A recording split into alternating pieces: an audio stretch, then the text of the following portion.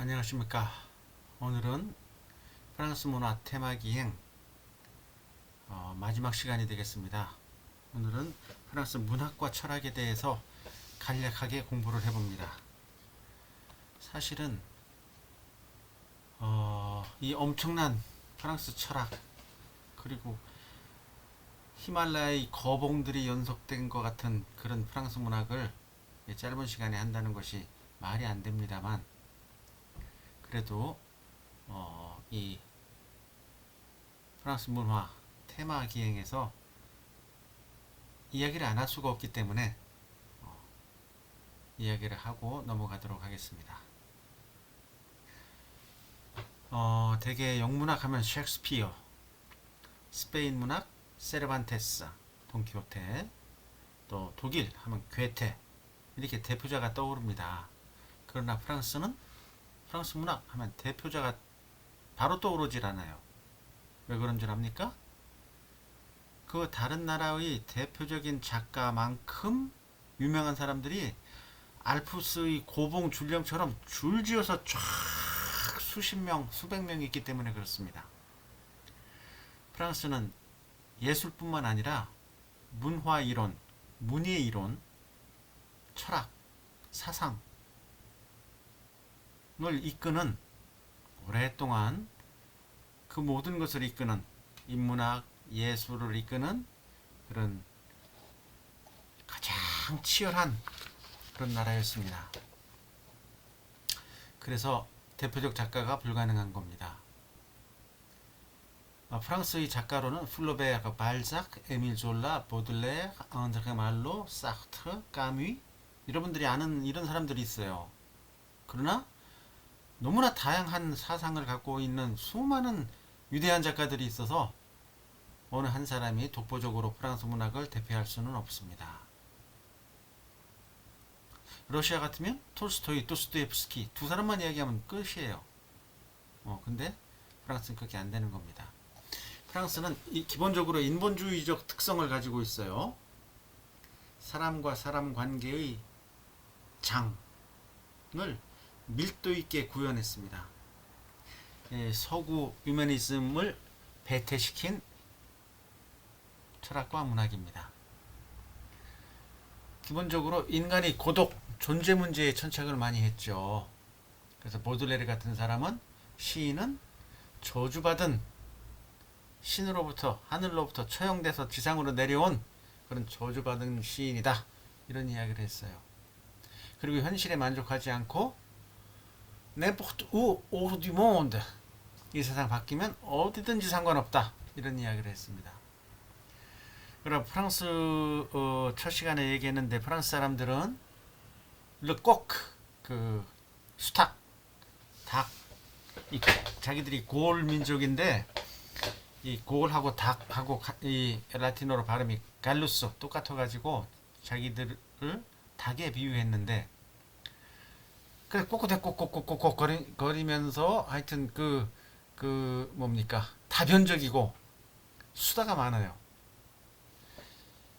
되게 평일날 10시쯤에 극장에서 연극이 끝날 시간에 전철을 타면 그 전철 안에서 자기들 봤던 연극에 대해서 수없이 어떤 문학평론가 못지않게 이야기를 서로 주고받는 것을 여러 번 목격했습니다. 이 수다와 은근한 취기에 따른 가벼움, 이런 것들을 그 여론을 통해서, 수다를 통해서 사회적으로 공론화하고 합니다.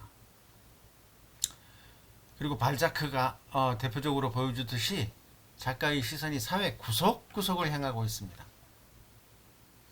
프랑스는 다만 낭만의 도시라든지 예술의 나라, 이게 아니라 인간의 존재 문제에 천착하는 관용과 똘레랑스, 그리고 솔리다리테, 연대, 관용과 연대의식의 나라가 프랑스가 되겠습니다. 여러분, 서로마 제국이 멸망된 476년부터 동로마 제국이 멸망된 450몇 년까지 약 1000년을 중세라고 합니다. 중세에는 인간이 없었어요. 인간이 무시됐죠.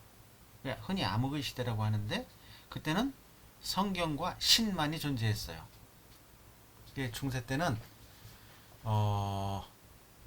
그 천년 기간인데 천년이니까 사실은 아무리 변화가 더디어도 이제 중세 초기와 중세 말기는 많이 변했을 텐데 그 천년 동안에 이제 봉건 제도도 발달하게 되고 도시도 발달하게 되고 또 기사도 정신 같은 게 있고 또 십자군 전쟁을 통해서 세상 물정도 알아가면서 부르주아 정신이 이제 태동하게 되잖아요. 이 시기에 프랑스 남부에서는 풍속과 정신면에서 세련된 음유시인들이 나타나요. 음유시인 트루바두르라고 그러는데 그래서 육체적 사랑을 노래하고 여인을 찬미하는 그런 음유시인들이 있게 됩니다. 북부는 전쟁을 주제로 한 북부는 항상 영국하고 싸우고 바이킹하고 싸우고 뭐 그랬을 거 아닙니까? 그래서 전쟁 주제인 무훈시들이 나타납니다. 또 봉건 군주 및 그리스도에 대한 용기와 충성을 찬양하는 그런 노래들이 나타나요. 프랑스 최초의 무훈시, 최초의 샹송이에요. 그걸 롤랑의 노래라고 합니다. 샹송 드 롤랑 1100년경 작자 미상이죠. 그리고 이제 중세 후반으로 접어들기 시작하면서 12세기 후반에 남불의 그 음유 시인들 그 정신이 북쪽에도 퍼져나갑니다. 그러면서 궁정풍 연애 소설이 등장하게 되는데 심리적이고 시적인 아주 섬세한 감각이 드러납니다. 대표적인 작가는 크레티엔드 투아인데 뭐 외울 필요 없습니다. 그 다음에 이제 1200년대 13세기로 들어가면서 이제 중세가 무너지기 시작해요. 그 이제 신에 대한 이 믿음이 점차 낮아지니까 어떤 현상이 일어나냐면 고딕 성당을 짓게 돼요. 높게 하늘로 다다르려고. 그러면서 고딕 성당의 스테인드 글라스를 통해서 그때는 아직까지는 문명이 많단 말입니다. 그래서 스테인드 글라스의 그림을 통해서 성경을 이야기하는 그 시기에 이제 도시가 증가하게 되고, 왜냐면 그 십자군 전쟁을 통해서 이제 도로망이 확충되는 겁니다. 그리고 또 해양 배를 통해서 그 십자군 전쟁을 하다 보니까 도시가 나타나고 부르주아 정신의 영감을 받아서 새로운 문학, 여우 이야기, 장미 이야기 이런 것들이 나타납니다. 이 당시에 대표적인 시인으로서 프랑스와 비용이라는 시인이 있었어요. 그냥 넘어가고, 그 다음에 르네상스, 르는 다시라는 말이고 네상스는 태어나는 걸 말해요. 그래서 르네상스는 재탄생이죠. 뭐의 재탄생이냐? 인간성의 재탄생이에요. 천년 동안 인간성이 눌렸거든요. 신만이 존재했었거든. 그러나 그 천년이 나타나기 이전에는 로마 시대, 그리스 시대, 이때는 인간 중심이었단 말입니다. 그리스 로마 신화의 신들이 그렇게 많이 나타나지만 그 신들은 다 인간적인 신이었어요. 그렇죠? 질투하고 또 불륜을 저지르고 또 여신한테 혼나고, 제우스를 보면 알잖아요. 그러나 중세 동안 그 하느님이라는 신은 거룩한 신이었죠. 거기에는 인간이 없었어요. 근데 이제 기동설 코페르니쿠스, 그리고 종교개혁, 또 복음주의 이런 거를 통해서 이 르네상스가 일어나게 됩니다. 인간성 회복이죠. 인간에 대한 신뢰, 고대시대 그리스 로마 시대의 인간적 발현을 부흥시키자, 뭐 이런 거죠. 이때 가강뛰야 하고 판타그루엘이라는 라블레라는 작가의 소설이 등장하는데, 과거를 비판하고 희망적인 미래를 암시하는 그 두 가지 무기를 사용해서 인간이 위대하다, 중세 동안 천년 동안 눌려왔는데 그냥 위대하다고 하기가 좀 민망하고 아직은 분위기가 그러니까 거인들을 등장시켜서 자유로운 본성과 자아 실현, 거칠 것 없는 낙관 이런 거를 예고합니다. 그러니까 이때 삶의 모든 가능성을 남김없이 향유하는 시대였다 라고 이야기하면서 앙드레 지드 같은 사람은 내가 원하는 것을 하라 라는 시대였다 이렇게 이야기를 해요. 그래 이제 이 가라간뚜야 그 소설의 어떤 식으로 어 중세의 현실을 부정하고 인간이 멋대로 할 수 있다라는 걸 이야기하냐면 사람 좋은 남자 가르강띠아가 한잔하며 농담하다가 들었다. 자기 아들이 세상에 나오면서 외치는 소리? 술, 술, 술. 마시자, 마시자, 마시자. 이렇게. 지성이 아무것도 의심하지 않고 모든 것을 정복하고자 하던 한 세기 경탄할 만한 혈기가 이어질 데카르트와 꼬르네의 고전주의 시대, 그리고 계몽주의 시대 18세기, 그리고 19세기 꽁트의 실증주의 시대, 또 20세기 초현실주의 시대, 이런 거를 이 라블레의 거인을 통해서 예고하고 있었다, 이렇게 이야기를 합니다. 이때 이제 먼저 나타난 사람이 수상로고지은 몽테뉴예요. 몽테뉴는 인간의 본원적 실존에 대한 내성적 성찰을 한 작가고 사상가지요. 내가 하는 게 무엇인가? 나는 무엇을 알고 있는가? 그 세주라고 그래요. 불문과 학생들이 이 소르본느 대학에서 나온 문고판 학습 도서 이름이 그 세주인데, 불문과 학생들 경우 같으면 4년 동안에 이 그 세주를 원서로 한 권 이상 읽었다. 그러면 상당히 공부 열심히 했다고 볼 수 있어요. 3권 이상 읽었다. 뭐가 됐든 3권 이상 읽었다. 그러면 그 학생은 아주 탁월한, 한 4, 5년에 한 번 나올 만한 그런 학생이라고 생각하면 됩니다. 번역본으로 한 5권 읽었다. 뭐 그 학생도 상당히 훌륭하죠. 근데 하나도 안 읽었다. 그런 학생은 전공을 열심히 했다고 할 수는 없어요. 그러나 교양을 듣는 학생이 글쎄저 번역판을 3권을 읽었다. 이거 아주 훌륭한 거죠. 우리나라에 번역판이 많이 나와 있습니다. 어쨌건 몬테뉴라는 작가가 있었고, 그리고 이제 17세기 고전주의 시대가 도래합니다. 루이 14세, 내가 짐이 곧 국가다 라고 큰 소리쳤던 중앙집권적인 절대왕의 그 세기에 이제 고전주의가 시작됩니다. 그 고전주의가 시작되기 전에 바로 앞에 바로크 문학이라는 게 있는데, 이 문예사조는 감성을 중시했느냐 이성을 중시했느냐에 따라서 이게 왔다 갔다 합니다. 바로크는 감성을 중시한 거예요. 고전주의는 이성을 중시한 거예요. 낭만주의 감성, 사실주의 이성, 상징주의 감성, 신고전주의 이성, 초현실주의 감성, 무의식, 이런 식으로 이 이성과 감성을 왔다 갔다 하는 변주곡으로 이 문화예술사가 전개되는데, 고전주의가 나타나기 전에 바로 바로크 시대에는 자유와 격정의 미학, 뜨거운 시대였어요. 그리고 후반기에는 고전주의가 나타나면서 질서와 조화의 미학이 나타납니다. 그래서 17세기 전반부는 바로크고, 또 프레스유지 때 비르레스크, 이런 문학의 시대고, 후반부는 고전주의 시대예요. 바로크 하나만 기억하면 됩니다. 르네상스는 인간의 속성에 대하여 감성적인 영역과 지성적인 영역, 물리적 충동과 정신적 조화, 생의 확산과 집중 등 두 개의 서로 상반되는 현상을 일깨워 주었다.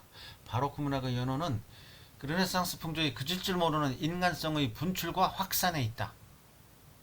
그것은 인간 존재 혹은 생활 양식의 역동적 가능성에 기초를 두고 안정과 규격보다는 운동과 자유를, 균형과 조화 의미보다는 과장과 격동 의미를 지향한다. 바로크 문학, 이 바로크 예술에서 뭐 음악이든 미술이든 다 똑같습니다. 운동과 자유, 과장과 격동입니다. 불규칙적이고 이상한 뜻을 지닌 바로크라는 용어가 이탈리아 건축 양식의 미학 개념으로 형태의 자유와 장식의 풍요를 특징으로 한다. 시르세, 그리고 파옹, 변신과 전시의 욕망, 과장되게 드러내는 거죠. 이 공작새 같이 변신과 전시의 욕망으로 대표되는 바로크 문학은 본능 감성 상상에 시키는 바에 따라 끊임없이 변신하고 과시함을 미덕으로 삼았다. 그렇습니다. 그리고 이어서 오는 고전주의는 데카르트, 코르네이, 파스칼, 가신 뭐 이런 사람들인데 본질적으로 엘리트의 이성과 의지의 표현이에요. 미학을 실현하는 방법으로서 자연의 모방을 선택하고 자연적인 것의 보편성, 인간성의 본질 현상을 탐구하는 척도가 바로 이성이다. 그래서 이성을 중심으로 한 그래서 예절과 품위, 우아함, 오네톰라는 모랄이 형성된다. 그 말이죠. 고전주의자들은 이성, 우아, 예절에 바탕을 둔 윤리적인 인간을 꿈꾼다. 고전주의는 이성의 중심을 두고 규범과 조화, 통일성을 찾고자 하였다. 인간성의 보편적인 진실을 찾아 완벽의 질서를 세우고자 하였기에 고전주의를 진실의 예술, 통일의 예술, 취미의 예술이라고도 한다. L'art de la vérité, l'art de l'unité, l'art du goût. 그렇습니다. 넘어가죠. 17세기 이제 후반에 아까 얘기한 루이 14세의 절대 왕권이 확립됩니다. L'état c'est moi. 짐이 곧 국가다. 이런 거죠. 그리고 이제 그때 데카르트가 나옵니다. Cogito ergo sum. Je pense donc je suis. 난 생각한다. 그러니까 존재하는 거다. 이때 생각한다는 거는 회의하다, 의심하다예요. 그냥 받아들이지 말고 의심해봐라. 의심할 수 있는 모든 것을 의심하라. 이게 방법 소설입니다. Discours de la méthode. 이 데카르트가 서구 근대적 합리주의 근거를 이루게 됐죠. 루이 14세고요. 고전주의는 극문학의 시대인데 고전주의 3대 작가 코르네이, 라신, 몰리에르가 있습니다. 통일성, 균형미, 질서, vraisemblance, 진실다움, bienséance, 예의 발음. 이 고전 비극의 두 가지 원칙이에요. 그 정도로 넘어갑시다. 몰리에르는 이제 희극이에요. 희극 작가, 모랄리스트인데 고전적 이성의 합리주의가 갖는 위험과 질서에 대해서 회의를 하는 거죠. 그래서 인간은 천사가 아니다. 짐승도 아니지만 이런 생각을 하는 거예요. L'homme n'est ni ange ni bête. 이때 파스칼 이 고전주의 이성만 중시하는 사유체계의 그 모랄을 비판한 사람이죠. 수상록을 썼어요. 뽕세. 이 파스칼은 인간은 생각하는 갈대다. 연약하지만 생각하는 갈대다. 그래서 신이 없을 때 인간의 비참함, 그리고 신이 있을 때의 그 은총, La misère de l'homme sans Dieu, La félicité de l'homme avec Dieu. 이런 이야기를 했어요. 지금도 코미디 프랑세즈 앞에 가면은 이 옛날 건물들, 옛날 연극을 공연하는 이 건물 앞에 또 새로운 20세기, 21세기적인 조각을 같이 만들어 놨죠. 그래서 신구의 조화 이런 제목을 붙이기도 합니다. 이 코미디 프랑세즈라는 아주 오래된 유서 깊은 극장이에요. 연극을 공연하는 코미디 프랑세즈. 여기에 가면 이렇게 라신, 몰리에, 코르네이 이런 사람들 얼굴이 붙어 있습니다. 18세기 계몽주의 시대죠. 빛의 세계라고 합니다. 철학자들의 세계에 혁명이 1789년에 일어난단 말입니다. 1789년 다시 말하면 18세기 말에 일어나게 되는데 그 혁명이 일어날 수 있게끔 사상적인 토대를 제공해 주는 것이 계몽주의예요. 이 계몽주의 때 백과전서파들이 백과전 사전을 만들고 그래서 마지막 국민들을 계몽시키는 거죠. 18세기가 100년 동안인데 일기는 철학의 세계에 접어들면서 이성과 마력이 사회의 정치적 풍조를 이루는 기간이다. 문학의 장이 궁정에서 살롱이나 카페로 옮겨져서 이런 코미디, 코믹 이런 것들이 성행한다. 18세기 중반을 차지하는 2기에는 과학과 자연에서 새로운 가치를 찾고자 한다. 이성과 감성의 혼용 속에서 무의로운 시가 쓰여지고 시민극이 새로운 장르로 대두한다. 3기는 자유예술을 지향하면서 시니컬하고 감상적인 영역에 머물던 시기다. 그렇습니다. 전반적으로 18세기는 이성과 감성이 격렬한 갈등을 일으키며 상충할 때이다. 다시 말하면 이성에서 감성으로, 철학과 과학에서 심정과 열정으로, 현실적 사회적 관심에서 이상적 개인적 관심으로 옮겨가던 시기이다. 그러면서 19세기 초반의 낭만주의를 준비하는 거죠. 볼테르 대표적인 계몽주의자인데 파렴치한 것들을 부수자. 또 로크 같은 사람의 영향을 받죠. 18세기 빛의 세기입니다. 이거 지난번 그 학기 초에 한번 했었어요. 계몽주의 시대다. 민중의 영향력이 증대한다. 새로운 합리주의, 경험적, 사회적, 과학적. 또 구체제가 몰락했다. 프랑스 대혁명을 통해서 공화국으로 바뀐다. 볼테르 대표적인 계몽사상가예요. 그 다음에 이제 몬테스큐 페르시아인의 편지라는 걸 쓰면서, 페르시아는 동방이잖아요. 동방의 유럽과는 다른 문물을 소개하는 거죠. 그리고 법의 정신 3권 분립 이야기를 합니다. 아직은 계급 사회가 완전히 무너지지 않았을 때 민중 일반 시민의 권리를 이야기하면서 이 3권 분립 이야기를 하죠. 디드로 백과전서를 만들고, 그리고 당대성을 뛰어넘은 루소가 나타나면서 메마른 이성에 대해서 감성을 고백합니다. 몽테스큐의 법의 정신, 조금만 읽어봐요. 사람은 누구나 평등하게 태어났으므로 노예제가 어떤 나라에서는 자연적인 이유에 근거를 두고 있다 하더라도 원칙적으로는 자연에 어긋난다. 이렇게 이야기를 하죠. 아직은 이렇게 계급제인데 이런 이야기를 했습니다.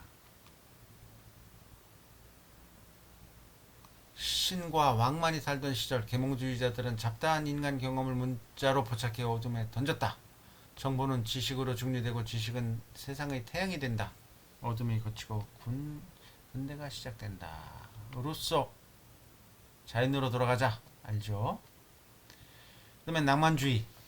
아까 얘기했죠. 이성이 중심이 됐다가 감성이 중심이 됐다가 공허, 불안, 고독, 우수 이런 19세기 초가 됩니다. 그러다 과학기술이 발전하면서 이제 사실주의 작가들이 나타나죠. 낭만주의 대표적인 시인 라마르틴만 이야기하고 넘어가겠습니다. 늘 새로운 기술구로 밀리며 영원한 밤속에 실려가 돌아오지 못하고 우리 단 하루라도 넓은 세월의 바다 위에 닻을 내릴 수는 없는 것일까? 세월이 그냥 흘러가고 돌아오지 않는단 말입니다. 그러니까 우리 이 세상에 이 세월의 바다 위에 하루라도 닻을 내릴 수는 없을까? 하고 동경하는 거죠. 그리고 낭만주의 대표 시인이면서 소설가 빅tor 유고는 기억해야 됩니다. 레미제라블, 또 뭡니까? 노트르담 드 파리. 다 노트르담 드 파리 유튜브에서 영상을 여러분들이 한번 보기를 바랍니다. 지금은 시간이 없어서 보여줄 수가 없네요. 그 다음에 이제 사실주의가 나오고 플로베르, 발작, 콩쿠르 형제 이런 사람들이 나옵니다. 발작 코메디 유맨 약 100권에 대한 100권이 넘는 그런 소설이에요. 플로베르 마담 보바리, 그렇죠? 그 다음에 상징주의가 나오고 보들레르, 말라르메, 발레리, 또 램보 이런 시인들이 나오면서 이제 20세기로 넘어가게 됩니다. 20세기 초반에는 이렇게 다다이즘, 초현실주의, 보통 아라공, 엘리아 이런 사람들 초현실, 잠재의식, 무의식의 세계를 진실하게 건설하고자 했다. 이때 이제 나타난 사람 한 사람만 기억하죠. 마셀 프루스트, 잃어버린 시간을 찾아서. 이 프루스트 잃어버린 시간을 찾아서 하고 그 다음에 사르트르와 시몬드 보바르, 앙드레 말로, 뭐 까미, 생데쥐페리 이런 사람들이 20세기에 있는데 시간이 너무 없으므로 그런 사람들을 다 할 수는 없고 잃어버린 시간을 찾아서 이것도 방대한 소설입니다. 방대한 소설인데 프루스트는 기억이 주는 의미가 어떤 사물에 깃들어 있다고 말한다. 찾아내야 할 것은 눈에 보이지 않는 심오한 철학이 아니라 지금 눈앞에 있는 어떤 것 중에 하나다. 지나가버린 우리들이 과거를 되살리려는 노력은 헛수고다. 우리가 아무리 의식적으로 노력해도 되살릴 수 없기 때문이다. 과거는 우리의 의식이 닿지 않은 아주 먼 곳, 우리가 전혀 의심해 볼 수도 없는 물질적 대상 안에 숨어 있다. 그리고 우리가 죽기 전에 이 대상을 만날 수 있을지 없을지는 순전히 우연에 달려 있다. 그러면서 맛있는 빵, 조개 모양의 그 쿠키, 마들렌느를 먹다가, 마들렌느를 홍차에 찍어 먹다가, 이제 옛날들을 쭉 회상하는 거죠. 그게 옛날의 회상, 이게 잃어버린 시간을 찾아서입니다. 이 사람은 내가 40년 만에 초등학교 동창을 만났는데 너 하나도 안 변했다 막 이러는 거예요. 그럼 내 40년 전에 이렇게 늙었습니까? 아니란 말이에요. 그런데 40년 전에 그 모습이 그대로 있단 말이에요. 프루스트를 표충의자, 심층의자 이렇게 구분을 합니다. 표충의자는 시간을 따라 변하고 서서히 굳어져 간다. 시간에 절대적으로 종속된 자아다. 과거로 되돌아갈 수 없는 자아다. 그러나 심층적 자아, 내면의 자아는 시공간을 초월한 묘한 존재다. 의식의 주체로서 자아다. 시간을 초월하는 자아. 물론 그 자아도 변하긴 합니다만 계속적인 변모와 죽음의 연속인 다수의 자아에게 동일한 자아의 지속으로서 통일성을 회복시켜주는 것이 바로 뜻하지 않은 추억이다. 갑자기 커피를 마시다가 아니면 첫눈이 오면 옛날 생각이 나는 거예요. 낙엽이 떨어지면 옛날 생각이 나는 거예요. 이 기억이 시간을 초월하여 과거의 순간을 현재에 되살려놓고 현재의 자아도 역시 그 과거의 순간을 다시 살기 위해 시간을 초월하여 그 순간 속에 잠긴다. 마들렌 과자를 홍차에 적셔 먹는 바로 그 순간처럼 말이다. 그랬습니다. 자, 그 다음에 시몬드 보바르 사르트르와 계약 결혼한 유명한 그 여성 사상가죠. 이 사람의 한마디만을 하고서 마무리 짓읍시다.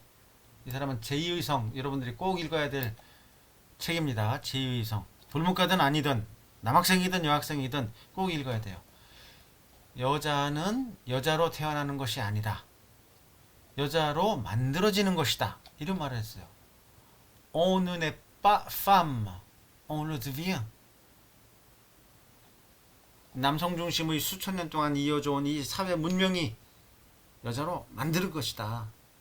그냥 수컷 인간과 암컷 인간이 태어나는데 이거를 자꾸 교육시키고 세뇌시켜서 여자는 부드러워야 되고 얌전해야 되고 뭐 어쩌고 어쩌고 아니다. 그래서 여성 해방 페미니즘의 효시가 된 시몬드 보바르가 있습니다. 네, 오늘 여기까지 하겠습니다.